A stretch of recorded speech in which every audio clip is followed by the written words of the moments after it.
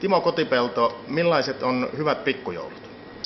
Hyvät pikkujoulut on just sellaiset, mitkä on tulossa Kuopion jäähalliin kohta. Siellä on 3 hyvää orkesteria ja hyvä meininki. Haluaisin itse olla mukana. Hetkinen, saatan olla muuten mukana.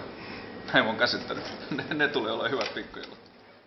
Millainen show teillä on luvassa 30. marraskuuta joulusotti keikalla?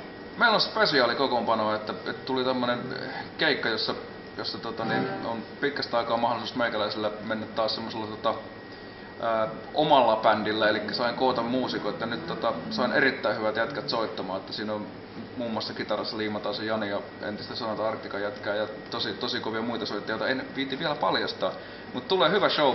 Me ollaan tosi innossa, että pääsee vetää isolla lavalla isolle yleisölle heavy rockia. Siellä tulee olemaan vähän stratoa, vähän mun omia biisejä ja sitten vähän tommosia heavy cover-biisejä. Mä oon käsittänyt, että lätkäjengi dikkailee vähän tämmöstä rankemmasta musasta, niin kiva tulla soittaa.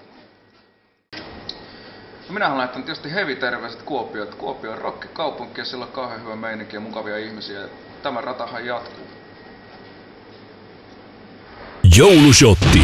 Savon suurimmat pikkujoulut perjantaina 30. marraskuuta. Menossa mukana Timo Kotipelto Band, Juha Tapio ja Lauri Tähkä. Tervetuloa koko Savo!